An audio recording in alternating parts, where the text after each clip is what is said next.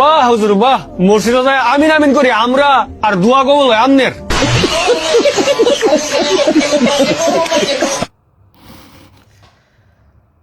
রোজার দিনে মানুষ যে ইমামের পিছে নামাজ পড়ে, আর ইমাম কিনা যায় অন্য মহিলার সাথে সংসার করে। কি রে ভাই, রোজার দিনে যে মানছে বুঝে এগুলো মানে, রোজার মাস হচ্ছে মানুষের কি, যেটা গুনা টুনা করে রোজার মাসে মাপসা, আর রোজার মাসে মানে হুজুররা যায় আর অন্যের বউ লগে যায় সংসার করে। তা আপনি আপনি কার কাছে থেকে শিখবেন বলেন, কার কাছে থেকে শিখবেন? হয়তো মসজিদের হচ্ছে ইমাম, ইমামে যায় আরেকজনের বউ লগে সংসার করে রাত্রে।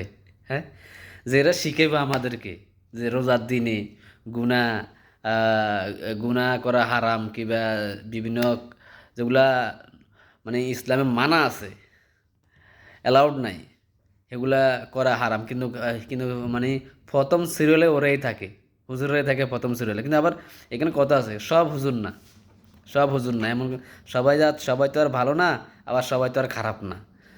কথা ঠিক আছে না, মানে ভালো খারাপ মিলে। তো কি আর বলবো, দেখেন মানুষের বিবেক বুদ্ধি, কি আর বলবো, মানুষের বিবেক বুদ্ধি নাই।